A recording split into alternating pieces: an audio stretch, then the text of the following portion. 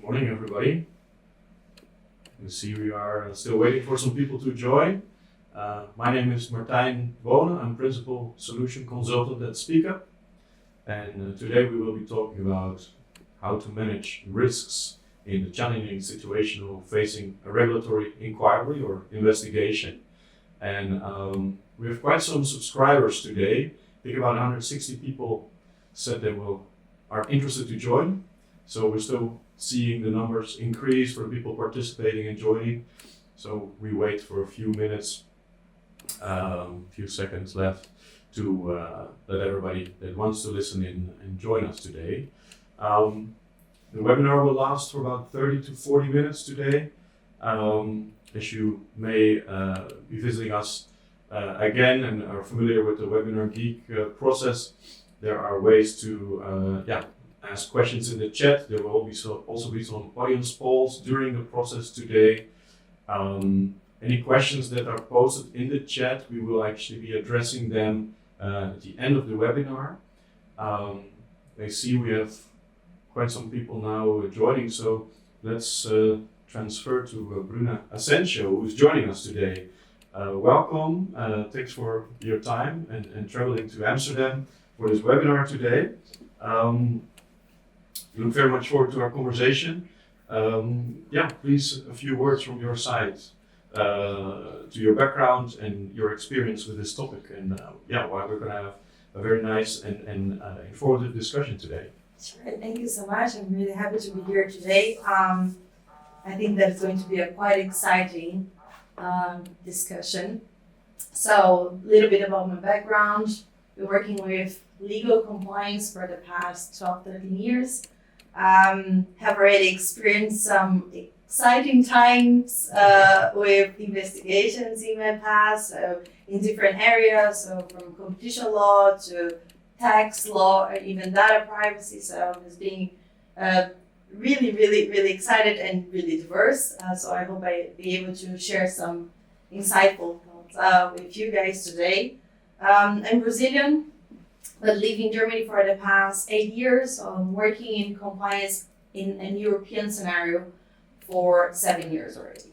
All right, perfect. So I think, we can start at the beginning. So how are these inquiries triggered? And is there anything that companies can look out to, or peers in compliance roles can look out to in advance for any early warning signs or things like that when preparing themselves for this scenario of an investigation? Yeah. Sure. Maybe then let me divide this question into, right? So initially, what could trigger an investigation? I would say that authorities can put their eyes on something that they might consider that it is enough evidence for an initiated procedure. And this initiated evidence can come from different channels. Yes. They could even come from their own whistleblowing line. So they have the reporting line. Your customers might be reporting some misdoings directly to them, or even some competitors.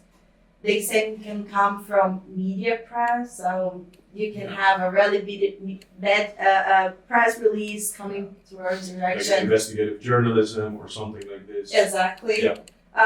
Could also be a spillover from an investigation that is being ongoing in a different jurisdiction, and because authorities, they keep a close relationship among them, that might call their attention to what you're doing in their specific jurisdictions. So considering those scenarios, they are just a small tip, and if that comes along, what is usually their annual agenda, so what are the topics that they're going to focus on, you might find yourself in a tough situation. Yeah, and so this is how these things are triggered, right? And what can you do in order to kind of have a sharp mind and keep your eyes peeled for any potential risk towards your own organization? Yeah, I would say that understanding that those are common triggers for the authority, you need to try to see how you can familiarize yourself within our organization, right? So you need to check what is coming from your own whistleblowing channel, because that could be a good tip of something going wrong. The same have a close contact with your communication PR team. What are the press releases that they are putting their eyes on and how that might impact you in your compliance team. One other important thing is that if you have a division between your legal team and your compliance team, what is landing in your legal team desk? So you might be receiving letters, notification from competitors that might be quite relevant to observe. One last topic, but also important, is what is coming towards your customer service team. They also have a direct contact with your customer. They might not be reporting a misdoing through your whistleblowing channel, but they might be sharing that directly with your customer service team. Yeah. So by keeping an eye on it, you might have the first impression of what will call attention from our authority, and then you can start to act on it directly. And if that happens, that the authority already put their eyes there on it, so you're already in a tough position, at least you can, before receiving any initial warning, start to address those issues. And this initial preparation and initial correction could put you in a better position when you arrive at the point that there's a letter in front of you. Exactly. So there are basically red flags, and you have red flags which are really internal ones, but there are also red flags that can be visible to anybody, including an authority. And I think those are the particular special ones that you must act upon and treat as a potential starting point and prepare yourself for, right? And of course, I think we discussed earlier, it's also smart to look out into the competitive landscape or your industry, if any of your peers are facing current challenges that may also apply to your own business. For sure, and that is the importance also to keep an eye on specific authorities' websites and press release, because you can also get a tip on what will be in their priority agenda. So is your competitor, is your industry under scrutiny? Watch out. See if you're doing your homework internally, right? You might find yourself in a difficult position if you wait. So pay attention to what are the recent regulations that authorities might think that it is important to impose. Exactly.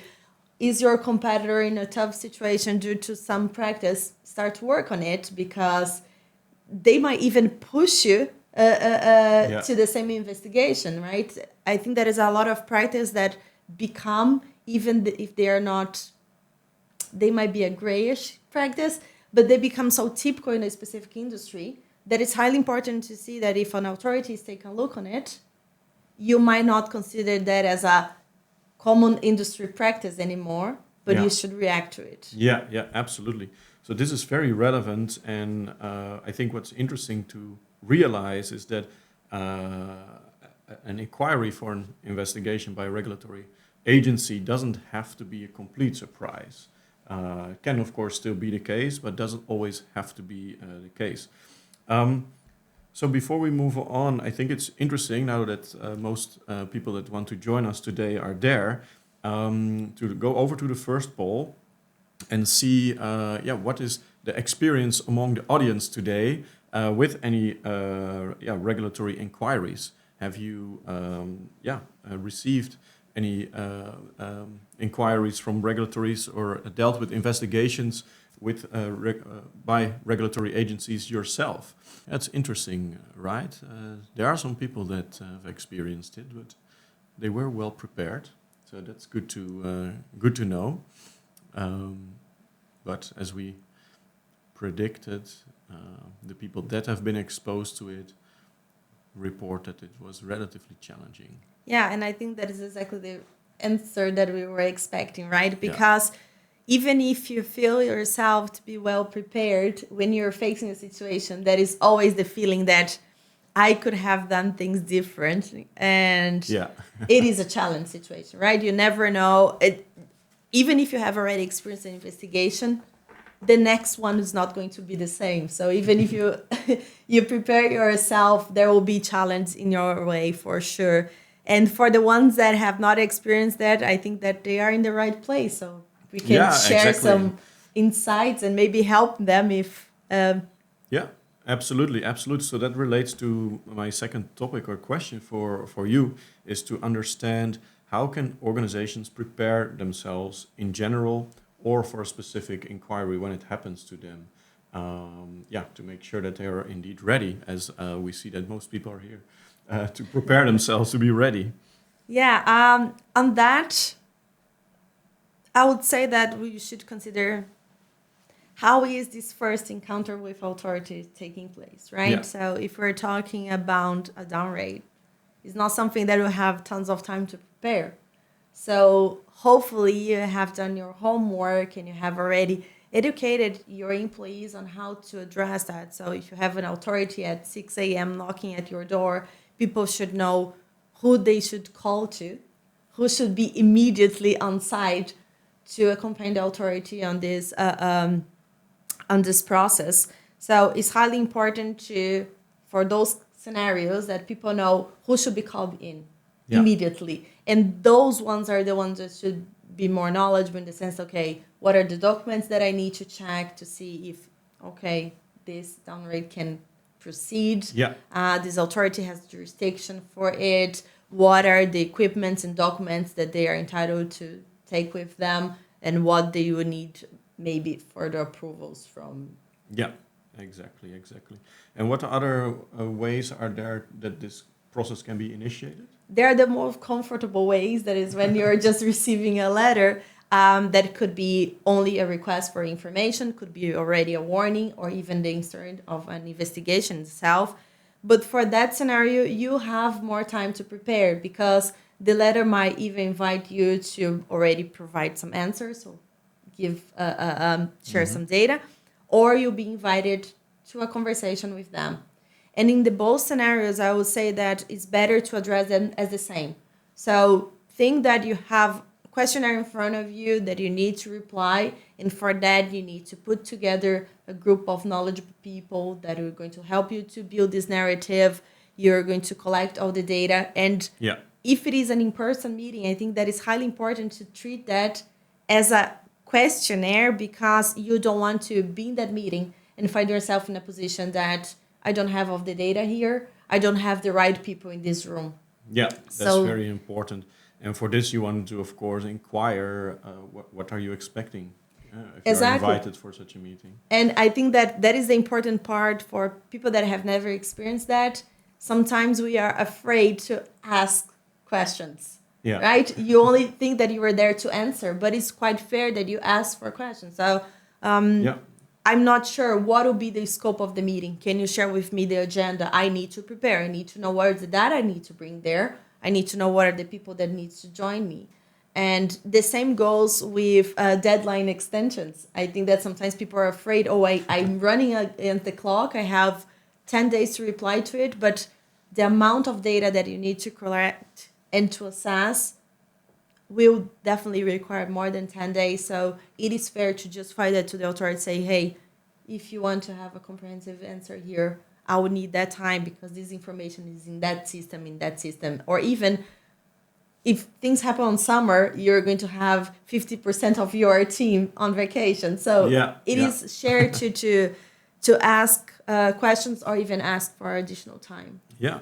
And so when these things happen, what kind of stakeholders do you normally deal with, and how to go about that?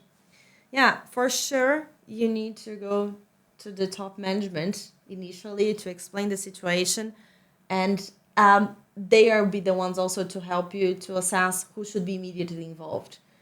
By clearly understanding the questions that are posed to you, you can also assess what is the area of the business that is being affected, and then you can invite those to also take part in the discussion.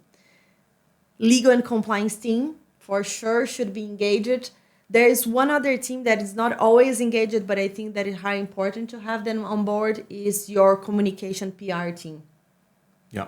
It's quite important to have them. They're really good in building narratives and put together a line of thought. So why not to engage them? And the last one, but one of the most important as well, is if you're dealing with a situation in a different jurisdiction where you're not familiar with, or even if an authority that you don't know how they work, you have no clue about their internal procedures, on board a legal firm, an expert that can guide you through organize expert local resources to assist Exactly. you, right? Yeah, and of course, I think it's very relevant to understand from the initial inquiry which area of your business is being affected and what kind of department plays the key role potentially in the situation that's being investigated, right? Um, I think that's very interesting, and you know, these inquiries are often about data and information, right? So, what do we do with our data and our information? Because maybe we don't want to share everything with the regulatory inquiry That is definitely agency. a good point. And because when we talk about an inquiry, the immediate thing that you need to think about is you need to preserve information, right? So you need to share that quite broadly within your organization that it's not time to delete anything or not even trying to correct something.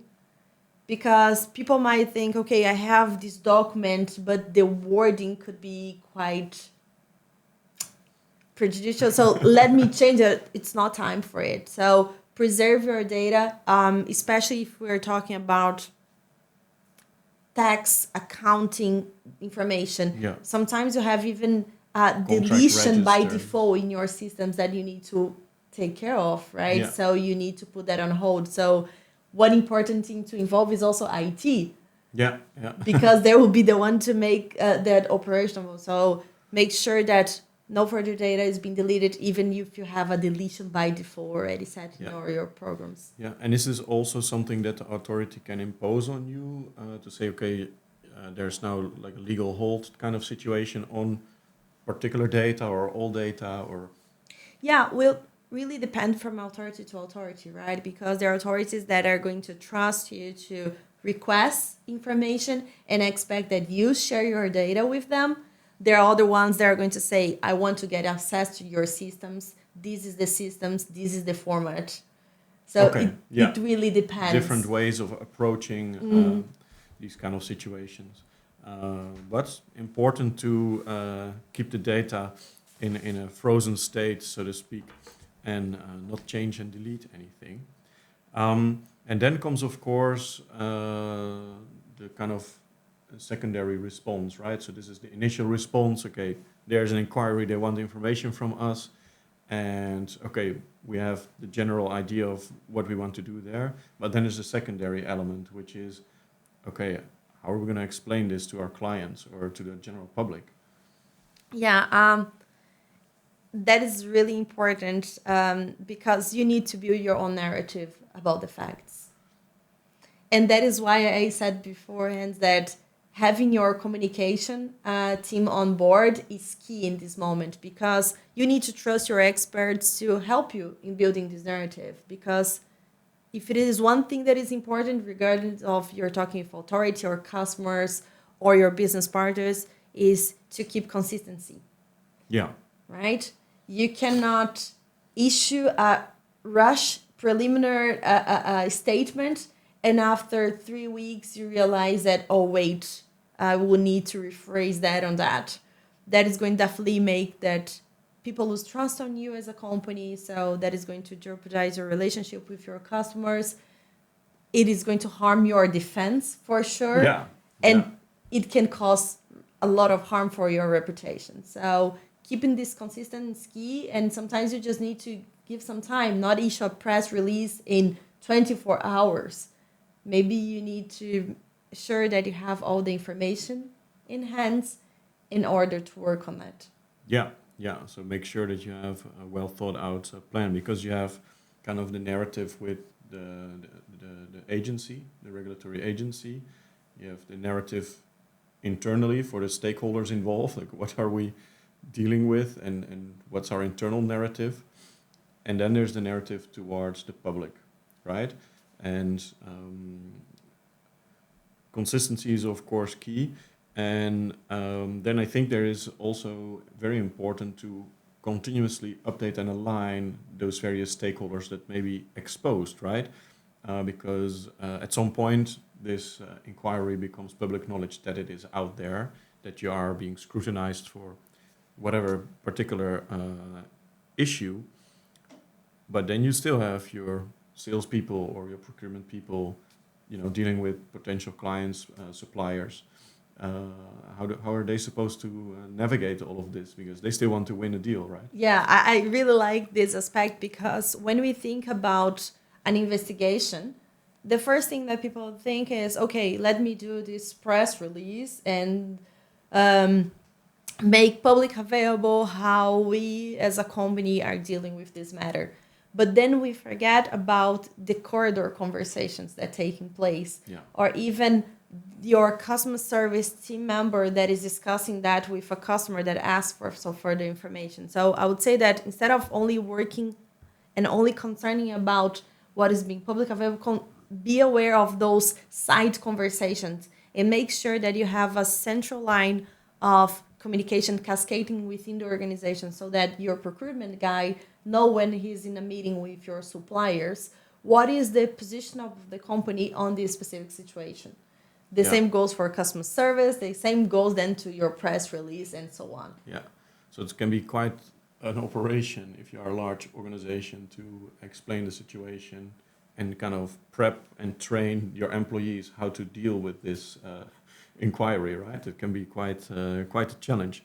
And of course, it's very important, even though you may not agree with the inquiry or things like that, you want to keep a clean perspective and clean image towards the public that you are dealing with the agency in the appropriate manner. Yeah, but it all depends also on the topic, right? Because the investigation could just have initiated because there is a preliminary suspicion about that, or they can have already something really consistent. Concrete. And really concrete, and then they're already making that public available. So your narrative can also not be only I'm not guilty, because that can put you in a really tough position in the future. So in this regard, I would say, depending on the topic, you might need to confess, to say, there are some wrongdoings that we are addressing. So I would say that the core message should always be we are collaborating with the authorities and we are working towards a resolution of that. Yeah. And do not lose focus on trying to justify or trying to say that you're not guilty, so this misdoing has taken place or not, because you don't know how the investigation also is going to advance, and you're going to find yourself in a position that you'll not be able to keep consistent anymore. Yeah, and of course you may also not know yourself the accurate status of the particular topic, right? Could be that indeed in some local operation there is a problem that you are completely unaware of yourself, and then it's of course even more complicated to create a narrative and take a certain position on it, because maybe authority actually knows more than you. Yeah, especially for those cases where they get access directly to your systems. Yeah. They might put their eyes on an email that have been exchanged that you never see it before. So exactly. So this is how you deal with it in principle, right? And in doing so, I can imagine that there are common mistakes that organizations make in dealing with the situation. So are there any key attention points that you say, please be aware of this when this happens to you? Sure. Yeah. There is, I think, one common mistake that especially for us legal and compliance professionals, that is, while building a robust defense, we might step up on oversharing. Yeah. So that could be a quite significant mistake if you're sharing too much information and you're going beyond what have been asked to you. Mm-hmm. Because you might be increasing the scope of something that is more narrow. So why should you, if that is not being requested from you at this point in time? There is also the fact that sometimes you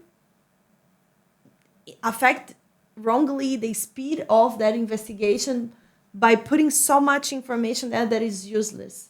So Yeah. sometimes it's also in the company best interest to shut down the investigation as much as possible and make sure that you already initiate the remediation phase instead of having the investigation running over and over again. Yeah. So by You could also oversharing, have this situation where you are doing your internal investigation into the problem, you uncover other problems, Yeah. but authority is not asking about those.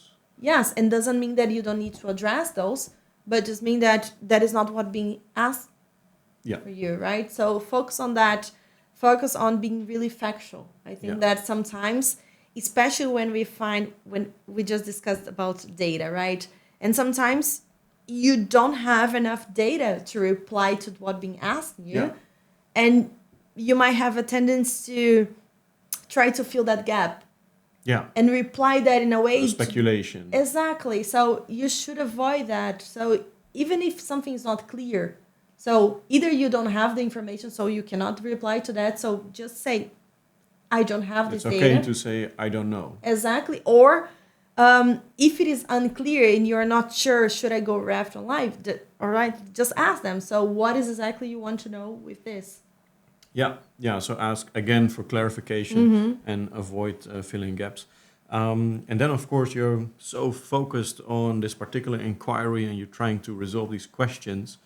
And you can kind of get into a tunnel, right? Because I think very big part of the organization pivots towards this problem, dealing with it.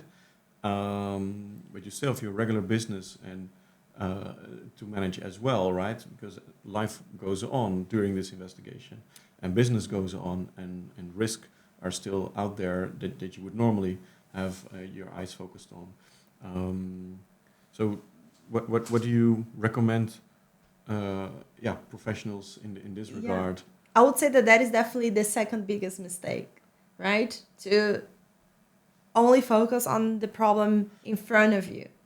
And especially if we're talking about a multinational, a company with a really broad footprint, most probably the same misconduct that is being spotted in one specific country or by one specific authority might taking place on different locations. So by only focus on the investigation in front of you, you might lose the opportunity to correct misdoings in other jurisdictions and avoiding that from happening. Is exactly what we spoke about the spillovers, right? So Yeah. authorities are also paying attention what other authorities are investigating. Yeah. And if you're only focused on that, you might receive another letter coming from a different region because you completely ignore that for a while.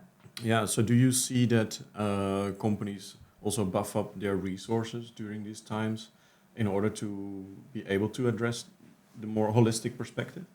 Yes, I would say that is a really good moment for investment. Yeah. Especially for sure if you're in a legal and compliance team, is the moment to say, I need further resources, right? Could be tools, could be people, or even work with Class A externals that are also super costly. So it is definitely the Yeah. moment to use that card to play with your budget a bit. Yeah, makes sense. Because, of course, also after finding out the problems at hand, they also need to be addressed, right? So I think the initial inquiry is about, hey, is there a problem and how big is the problem? And you may or may not get reprimanded for this. But then there's, of course, the remediation of the problems.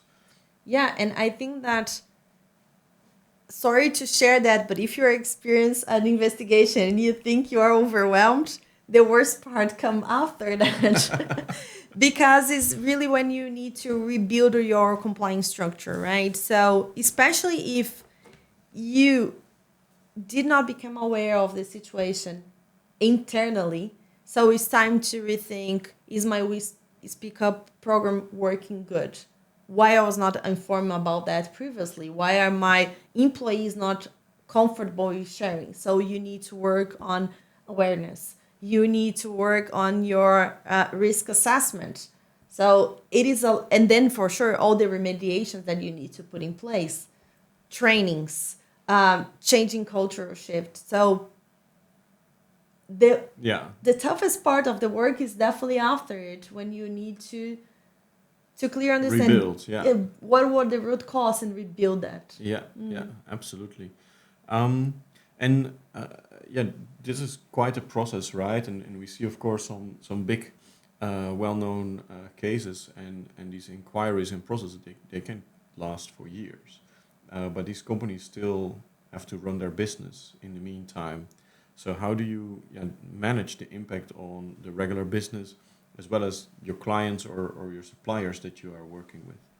Yeah, that is really complicated, and I think that is the importance to, since the beginning, had a really broad team working together with you, because you need to understand what are your replies affecting how the business is going to react, how if you're going towards an undertaking, how that is going to impact the business, but most importantly, how you keep the conversation with the ones surrounding you. So how you make sure that your customers continue trusting you, your suppliers continue trusting you, and for sure, in that will really depend on the sensitive of the matter for each group, right? So if you're being investigated and potentially you're going to receive a really significant fine, your suppliers might be concerned about your financial health after all that. So you need to ensure them that, we are working together with authorities, but we are going to survive that. That is not going to affect our liquidity and so on. Same goes to your customers. So if it is a sensitive topic for them, just to name some, if you're a healthcare company and you suffer a data breach, and you're being investigated because you didn't have the proper defense measures for it, or if you're caught with child labor, slavery in your supply chain, those are really sensitive topics. Yeah, and it's a very big reputational damage Exactly. also for the companies that associate themselves with you. So it's really important that you communicate to your customers that we take that matter seriously and we are going to put all our efforts to avoid that from happening again. Yeah, and that can be challenging, of course, during the inquiry about a particular topic, and then in the situation where you kind of already want to demonstrate that you're mitigating, but in doing so you're already as well kind of taking like a confession that indeed it is a problem. So this can be very difficult challenge between, so to say, the legal aspect of the inquiry versus the reputational aspect of the inquiry. For sure, because sometimes by remediating something or by changing the way you're doing something, you're basically confirming that you have acted a misdoing. And when we talk about legislation, that is quite sensitive because not everything is black and white, right? So you might have different perceptions, even from the authority, what would be the right way to address that topic. Yeah. So in this sense, it's better be careful with that. Really work with your externals that they have a lot of experience with the authorities to understand, if I remediate something at this point in time, will that take that against me? Because there's not going to be also a common ground for all authorities, right? If you remediate, they're going to use that against you. Not necessarily. So you need to understand what is their typical behavior there. Yeah, all right. So maybe good to ask the audience for our other poll. I'm just curious to hear what does the audience expect to be the most challenging when dealing with an investigative inquiry. But I think also from our conversation, Bruna, we also discussed mostly about how do you deal with this in the public environment and public atmosphere with the fact that this is going on. And it's, of course, one of the most difficult things to balance out in the end, right? I mean, it's known that you are being now investigated, and okay, what do we do with it? So, very good to see that, the audience sees this as well. And I think that will help us maybe a little bit from our next topic is to see that what are some of the key lessons and takeaways that we can take from high-profile example cases in recent history. Yeah, so without giving any specific event, I think that is one thing we can take from those high cases is the fact that if you manage it properly, you might survive it, right? So Yeah. I think that there is a common fear, especially if you are experiencing a big case, a relevant case, you're always concerned about your business continuity. So those high cases prove you that if you manage them right, if you allocate the right resources, if you collaborate with the authorities, if you prepare a good mitigation plan for it, you can survive. Yeah, exactly right. And I think also subsequently, right, there is a lot of potential and opportunity after, so to say, and in the aftermath. So you mentioned, yeah, it will probably not be the easiest part of the whole experience. However, there's a lot of opportunity there as well, right? I think we're looking at sometimes very senior leadership changes and companies pivoting. Yeah, I think that it's really important to use that momentum to shift the company to a different direction, right? So that might probably start with the change in the leadership, because probably if you face something in that relevance, you have some issues in your culture. And Yeah. culture comes from the top, so it will be a good moment to reassess that. Furthermore, I would say that it is time to allocate resources again, and to start in the implementation of better mitigation plans, and to have more presence of compliance within the business, I would say. Yeah.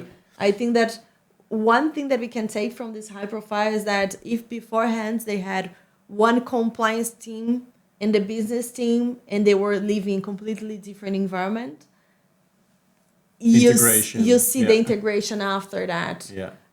And one thing that is important to notice is that this integration might change completely the way you continue working. So it might affect your business model. It might affect your products that Yeah. might be So you're rethinked. really changing the whole direction of the company and a pivot in a marketing perspective. How Yeah. are they going to contribute, to the world, to society with what they're doing? And we've also heard that, basically compensation schemes for seniors are also adjusted away from pure financials, perhaps, to more soft measures or soft metrics kind of elements in the ESG sphere most of the time, right? Yes, for sure. I think that this is one of the things that authorities are becoming each day more strict, is if you have profit from that, Yeah. that should be corrected. Yeah, exactly. So I think we are close to our 40 minutes mark, which means we kind of come to the end of the webinar. So thanks so much for the engaging and insightful discussion today, Bruna. To the audience, yeah, of course, there is a feedback form to share with us what you enjoyed from this conversation. And of course, as introduced at the beginning, we are very curious to hear some questions from you about this topic while we have a few minutes left. So let's see if there are some questions from the audience. Yeah, so I think there is one question here relating to if there's any particular difference in the companies listed on the stock exchange. I would say that for stock exchange companies, the difficult part here is that information gets spreaded in a fast pace. Yeah. Right? Especially because you have reporting obligations that other companies don't have. So you might expect that your version of the facts will be out soon, but you're also going to gain more media attention. The authorities are going to be more restricted with that, because the spectrum of people being affected is not then only customers, they're also the shareholders. Yeah, yeah. And we see this also, of course, whether you are like a supplier towards very large businesses or whether you are actually selling something to end consumers, that your exposure also to the public is very different. Yes, for sure. And also company size-wise, right? So if you're talking about a stock exchange company, usually you're talking about bigger company, bigger revenue, Yeah, more impact in the society. yeah. So definitely, you can expect more screening during the investigation, I would say, but also a bigger repercussion. Yeah, yeah, absolutely. All right. I don't think there are that many questions today from the audience, so I think we'd like to extend our thanks to the audience for joining us today. Thanks again, Bruna, for your Thank you. participation and your travel to our office here in Amsterdam. So I wish everybody fantastic afternoon. Enjoy lunchtime, which is coming up, and we hope to see you, of course, at our next webinar.